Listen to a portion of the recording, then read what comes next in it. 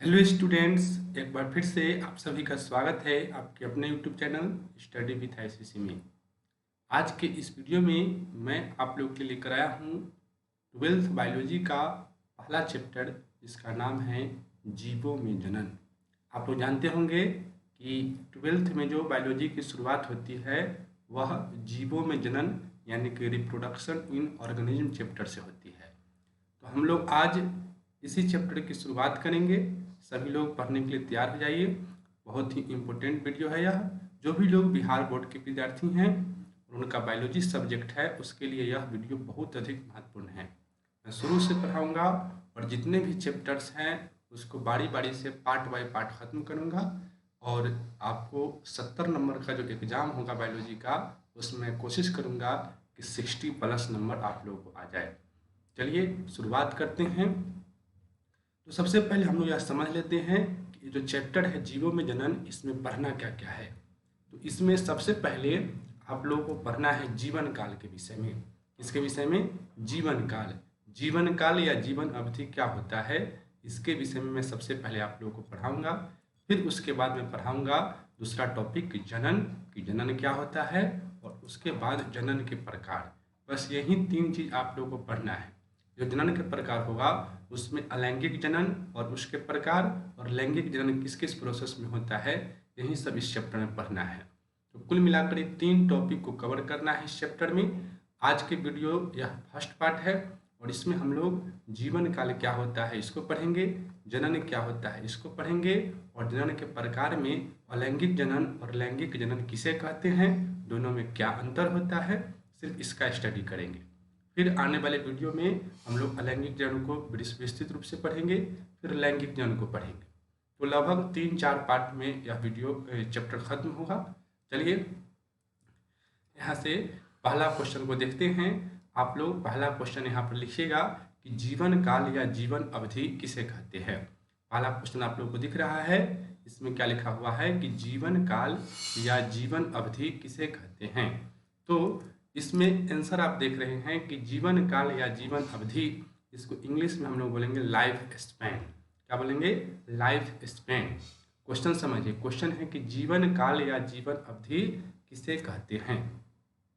तो सबसे पहले तो ये समझना है आप लोगों को कि जो जीवन काल है या फिर जीवन अवधि है, इसको इंग्लिश में हम लोग बोलते हैं लाइफ स्पैन। क्या बोलते हैं? लाइफ स्पैन बोलते हैं। और लाइफ स्पैन होता क्या है, तो देखिए कोई भी जीव जो होता है वह सबसे पहले क्या करता है, जन्म लेता है। क्या करता है? जन्म लेता है।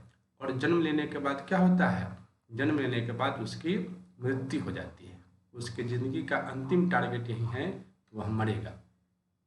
आप लोग एक कहावत सुने होंगे, आया है सो जाएगा। तो आया है मतलब उसका जन्म हुआ है, और जाएगा मतलब उसकी मृत्यु होगी। अब जो मृत्यु होती है यह 2 तरह से हो सकती है। एक मृत्यु जो होती है वह होती है आकस्मिक मृत्यु। कैसी मृत्यु? आकस्मिक मृत्यु। आकस्मिक मृत्यु के मतलब यह हुआ कि वह एक्सीडेंट में मारा गया, उसको कोई गोली मार दिया या फिर किसी अन्य तरह से उसकी मृत्यु हो गई, तो उसको आकस्मिक मृत्यु बोलते हैं। और एक होता है प्राकृतिक मृत्यु। प्राकृतिक मृत्यु के मतलब कि आदमी बूढ़ा होता है, और बूढ़ा होने के बाद एक समय के बाद उसके शरीर के सभी अंग धीरे धीरे काम करना बंद कर देते हैं और उसकी मृत्यु हो जाती है। तो आपको ध्यान रखना है, ये जो जन्म से लेकर और प्राकृतिक मृत्यु तक का समय है, आकस्मिक मृत्यु नहीं। कैसी मृत्यु? प्राकृतिक मृत्यु। इसके समय को हम लोग क्या कहते हैं? जीवन काल कहते हैं। इसी बात को मैं यहाँ पर देखिए लिख दिया हूँ कि किसी जीव के जन्म से लेकर उसकी प्राकृतिक मृत्यु तक का काल उस जीव का जीवन काल कहलाता है। तो यह बहुत आसान क्वेश्चन है। जन्म से लेकर प्राकृतिक मृत्यु, कहाँ से कहाँ? पहले जन्म होगा और जन्म के बाद प्राकृतिक मृत्यु होगी, तो इसी समय को हम लोग जीवन काल कहते हैं। अब आगे बढ़ते हैं। आगे देखिए क्या है, आगे है नोट। नोट में लिखा हुआ है कि जीवन काल जीवों के आकार पर निर्भर नहीं करता। यह बहुत इंपॉर्टेंट नोट है। जैसे अगर मैं आपसे पूछूं क्या बड़ा जीव होगा उसका जीवन काल ज़्यादा होगा और छोटा जीव होगा उसका जीवन काल कम होगा, तो आप बताएंगे कि नहीं, ऐसा नहीं है। छोटा जीव हो, बड़ा जीव हो, मोटा जीव हो, पतला जीव हो, उससे कोई फर्क नहीं पड़ता। जीव का जो जीवन काल होता है उसके लिए आकार जो है वह रिस्पॉन्सिबल नहीं है। ठीक है, इसको समझ सकते हैं दो एग्जाम्पल से। जैसे कौवा है और तोता है। देखिए कौवा जो है उसका जीवन काल लगभग 15 वर्ष होता है। कितना होता है? 15 वर्ष। और तोता भी लगभग उसी आकार का होता है और इसका जीवन काल देखिए 140 वर्ष है। तो दोनों पक्षी है, छोटा छोटा पक्षी ही है, लेकिन एक का जीवन काल बहुत कम है 15 वर्ष और एक का है 140 वर्ष। तो यह प्रूफ करता है कि जीवन काल जो है जीवों के आकार पर निर्भर नहीं करता है। तो ये नोट नंबर 1 आप लोग को समझ में आ गया होगा। अब हम लोग बढ़ते हैं नोट नंबर 2 की तरफ। नोट नंबर 2 में लिखा हुआ है एक कोशिकीय जीव को छोड़कर सभी जीव मरणशील हैं। ध्यान दीजिए, एक कोशिकीय जीव। अगर कोई आपसे पूछे कि इस दुनिया में कोई जीव ऐसा है जो अमर है, तो आप बताएंगे सिर्फ एक कोशिकीय जीव को बायोलॉजी में अमर माना गया है, यानी कि यह मरता नहीं है। बाकी सभी जीव मरते हैं। जो भी जीव जन्म लेगा वह मरेगा, यह तय है। लेकिन एक कोशिकीय जीव को ऐसा माना जाता है कि यह मरता नहीं है। यह एक से विभाजित होकर 2 हो जाता है, फिर उसी तरह से विभाजन का क्रम चलते रहता है और यह कभी मरता नहीं है। तो ये दोनों नोट आप लोगों को समझ में आ गया होगा। पहला नोट में मैंने कहा कि जीवन काल जीवों के आकार पर निर्भर करता है, तो नहीं, यह जीवों के आकार पर निर्भर नहीं करता है। नोट नंबर 2 में मैंने क्या कहा कि कोई भी जीव ऐसा नहीं है जो अमर है सिवाय किसके? एक कोशिकीय जीव के। तो सभी जीव मरणशील है, किसको छोड़कर? एक कोशिकीय जीव को। अब ये जीवन काल हो गया। अब कुछ ऐसा जीव है जिसका जीवन काल आप लोगों को याद होना चाहिए। तो दो तो यहाँ हो ही गए। कौवा का याद रखना है 15 वर्ष और तोता का 140 वर्ष। अब कुछ और जीव है जिसके जीवन काल को हम लोग देख लेते हैं। इसमें नाम आता है तितली का।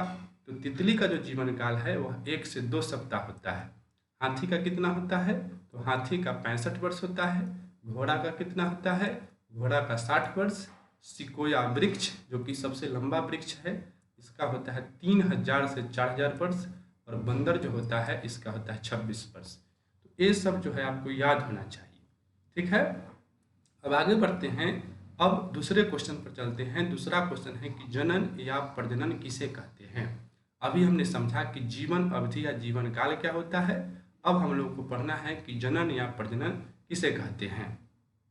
तो देखिए प्रजनन क्या है? तो प्रजनन एक प्रक्रिया है और इस प्रक्रिया में क्या होता है, कोई भी जीव जो होता है, दुनिया का कोई भी जीव अपनी संख्या में वृद्धि करते हैं। क्या करते हैं? अपनी संख्या में वृद्धि करते हैं। आपसे कोई पूछे कि प्रजनन किसे कहते हैं, तो आप बताएंगे कि प्रजनन वह प्रक्रिया है जिसके द्वारा जीव क्या करता है, अपनी संख्या में वृद्धि करता है। ठीक है, अब इसका डिफिनेशन देखिए, वही बात को मैंने यहाँ लिख दिया है। जनन इंग्लिश में रिप्रोडक्शन बोलेंगे, वह प्रजनन जिसके द्वारा जीव अपनी संख्या में वृद्धि करते हैं। संख्या में क्या करते हैं?